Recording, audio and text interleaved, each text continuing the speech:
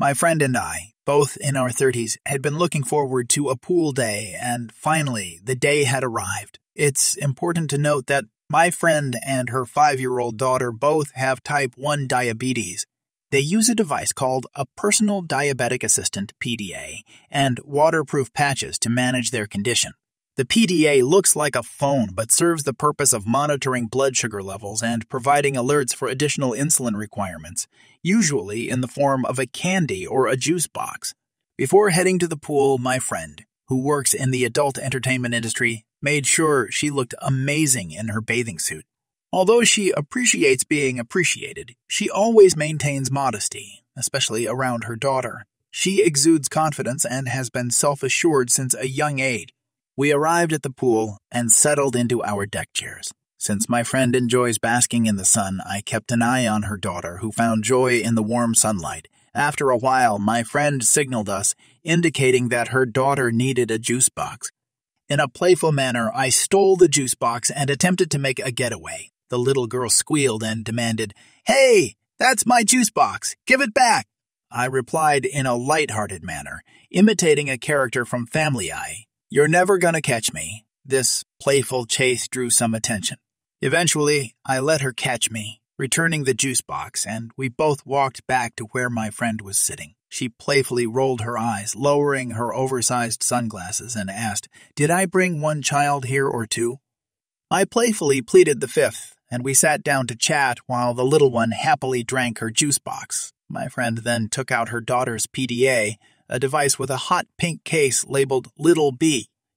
To avoid confusion, my friend's PDA had the same hot pink case but with the label Bad Witch, originally Little Witch but changed for her daughter's kindergarten teacher.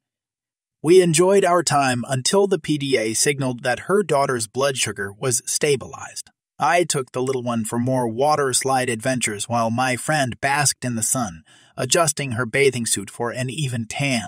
However, our fun was interrupted by a middle-aged woman sporting a Karen-like haircut. The woman approached us, insisting that my friend should cover up because there were children present. My friend, with one hand securing her bathing suit, pointed at me and responded, "I know. There are two right there. Don't judge a book by its cover. The big one is less mature. What seems to be your problem?" Karen puffed up with indignation, claiming that her son couldn't stop staring at my friend, accusing her of tempting him. Unfazed, my friend replied, "Oh, really? Why don't you try telling someone who gives a damn? This is a pool and I'm wearing a bathing suit. You're in my light. Have a fantastic day," before rolling back onto her front. Karen was left speechless and walked away in frustration, presumably in search of a manager. I continued enjoying the water slides with the little girl, excited about the experience. After about an hour, I spotted my friend standing up with a worried expression on her face. I carried the little one on my shoulders, and we went to see what was wrong. It turned out that my friend had dozed off, and her bag, containing important supplies for her diabetes, had gone missing. Feeling her blood sugar levels dropping and experiencing dizziness, she needed her bag urgently. I left the little one with her mom and decided to seek assistance. Approaching the check-in desk, I explained the situation to an attendant who offered a helpful smile. I described the missing bag, emphasizing the presence of two hot pink devices resembling phones. One had Bad Witch written on it. The attendant stifled a laugh and informed me that a woman had returned the bag, claiming that the owner had used the devices to take pictures. He understood that we were innocent but didn't want to engage in an argument with the woman. I couldn't blame him. I retrieved the bag and handed it to my friend, who immediately started searching through it. Frustration grew as items were hastily tossed aside. Finally, she looked up at me and uttered, "That woman. She stole all the juice boxes and candy, and my blood sugar is plummeting. I'm going to confront her." I was taken aback by her cold and determined tone, but I tried to offer some witty remark, saying something like, "Huh."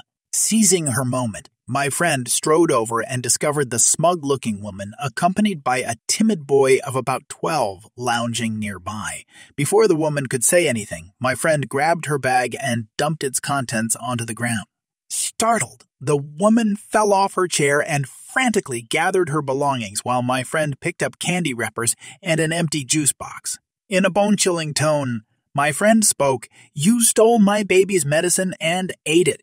Sensing a potentially violent situation, I positioned myself between my friend and the woman while calling for help. Lifeguards quickly arrived, and one of them urgently spoke into a walkie-talkie in the midst of the chaos. The oblivious Karen continued stuffing her belongings into her bag. Finally, realizing the gravity of the situation, she stood up, berating my friend about indecency and rule-breaking, suggesting that if my friend hadn't brought enough to share, she shouldn't have brought any at all. At that moment, my friend held up a candy wrapper, confronting the woman. "Do you understand what this is for? My child is diabetic, and I am diabetic too. Do you go around stealing from every girl here who is skinnier and prettier than you, or just the ones who won't tolerate your nonsense?" More staff members arrived, separating the parties involved. My friend was quickly taken to the cafe where, for the first time, they provided free food to help stabilize her blood sugar. Afterward, she had to share her side of the story with those who needed to know. As for the Karen, I inquired about her fate but was told by a staff member that they couldn't disclose any information. Following the incident, we decided to leave. It was crucial for diabetics to have sugar on hand, and we weren't inclined to pay $3.50 for a glass of orange juice. Besides, the unpleasant encounter had dampened our mood. People, these days, setting the scene. It had been 2 months since I moved into my new house, and the clock had already struck 11 p.m. Being a minor, my parents were still out. Ever since I moved in, I had noticed that my new neighbors weren't the friendliest bunch. On this particular day, I was deeply immersed in playing games on my PC when I received a notification from the doorbell indicating that it had rung 4 times. Letting out a sigh, I reluctantly got up from my seat, causing Tim, my Burman cat, to scurry off to his hiding spot. I made my way to the door and answered it. "Me? Hello?" Entitled, "Mother, hi there. Can my son have your cat? I'll pay $20 for it." I was taken aback by this unexpected request, but quickly responded, "No, thank you." Entitled, "Mother, why not? You're like, looks me up and down. 9? Me. No, I'm 14. Entitled, "Mother laughed. Okay, kid, $20 is a lot for someone your age. Just give me the cat and I'll be on my way." Me. No, thank you. Entitled, "Mother, wow, you don't have to be such an entitled brat about it." Based on lip reading and facial expressions, as the child was not signing, only the mother was, I tried to interpret their conversation. EK screeching, "Mommy, can I have the kitty now?" Entitled, "Mother, sorry, sweetie, not yet. Mommy is almost done." Nay, as I said before, no. Entitled, "Mother, EK, go inside while we finish." She signed this. Me, "Ma'am, you can't give your child permission to go inside." However, he ran inside anyway, and I followed, quickly retrieving my cat from his arms and comforting him. "DK, Mommy, he hit me." Me, "No, I didn't. He forcefully grabbed my cat, and I simply took it back." Entitled, "Mother, you hit my kid, you pedophile. Now it's time to compromise. You give us the cat, and we won't call the police." Nay, yeah, okay. Good luck with that, lady. I then slammed the door shut and returned to my PC. Entitled, "Mother," banged on my door and rang the doorbell for a solid 5 minutes before finally leaving.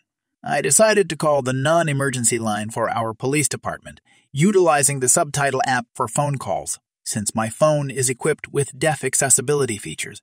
I informed the kind lady on the line about the situation, and she provided me with contact information where I could send the videos. As mentioned earlier, I have cameras everywhere, assuring me that she would handle the matter.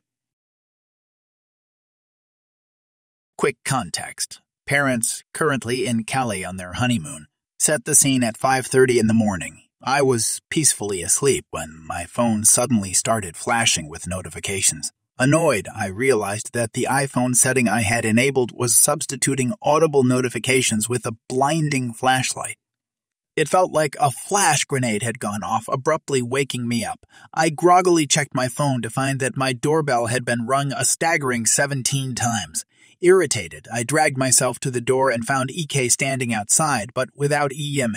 Considering the early hour, I was taken aback that EK attempted to communicate with me, despite not knowing sign language, even though his father was deaf.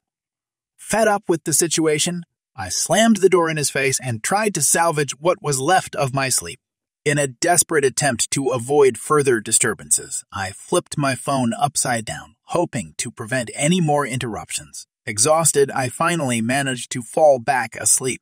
When I eventually woke up, I grabbed my phone and was shocked to discover that my doorbell had been rung a total of 57 times, accompanied by 14 missed calls and a staggering 87 texts. I had no idea how this person had gotten my number, but I immediately blocked it to put an end to the relentless barrage. Determined to move on with my day, I decided to visit my favorite Starbucks.